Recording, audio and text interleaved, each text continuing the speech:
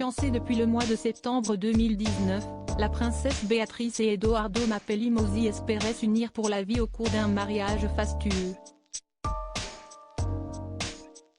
Ce vendredi 17 juillet, ce fut pourtant lors d'une cérémonie intimiste, à laquelle seul près d'une vingtaine d'invités a pu assister, coronavirus oblige, d'après le tabloïd britannique The Daily Mail, que les tourtereaux ont dit oui, au sein de la chapelle de Tous les Saints de Windsor. Non loin de là, Sa Majesté Elisabeth II a fait le chemin avec son mari le prince Philippe pour assister aux noces de sa petite fille. Même chose pour le prince Andrew, père de la mariée, qui tente de se faire oublier suite à l'arrestation de Ghislaine Maxwell. La jeune mariée avait d'ailleurs passé la nuit précédant son mariage dans le Royal Lodge de son père, se rendant à la chapelle à pied, vêtue de sa robe. Pour son grand jour, la princesse Béatrice a aussi pu compter sur la présence de sa famille directe.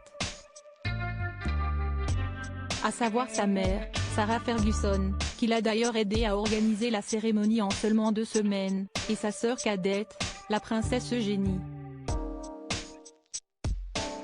Elle n'a cependant eu droit qu'à une demoiselle d'honneur, dont l'identité n'a pas été dévoilée.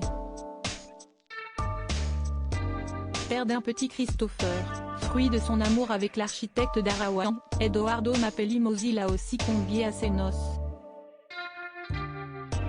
Il fait vraiment partie de leur vie, raconte un ami de Béatrice Diorque dans les colonnes du magazine américain People. Béatrice a accueilli l'enfant dans sa vie dès le début. Seul le cercle restreint de la famille royale d'Angleterre connaissait les projets de la princesse et d'Edoardo Mapelli Mozzi, eux qui ont mis un point d'honneur à se marier avant le départ de Sa Majesté Elisabeth II pour le château de Balmoral, sa résidence estivale.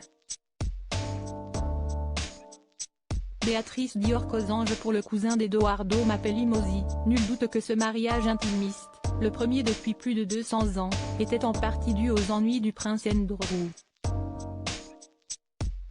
Nous avons entendu dire qu'il avait été reporté à l'année prochaine, mais c'était clairement pour garder le secret.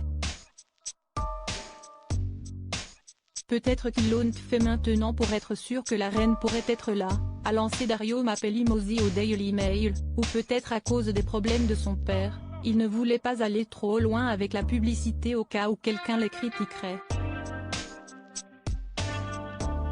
Pour un ami de la princesse Béatrice, cité par People, cette discrétion n'a eu aucun impact sur la cérémonie.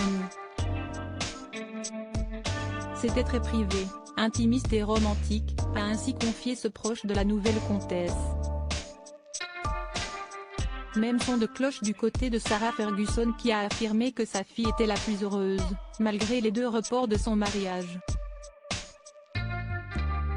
S'il n'y a eu aucun test de coronavirus pratiqué sur place, les invités des tourtereaux ont toutefois respecté la distanciation sociale.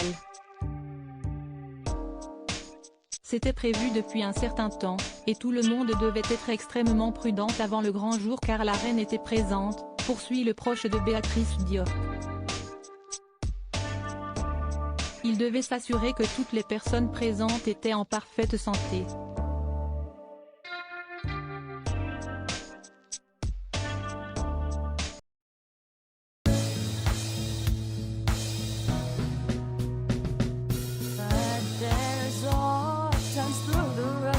I think you can let me know. Sit down, sit back, let me help you out. Just step I gotta seek, so I see you out there's on your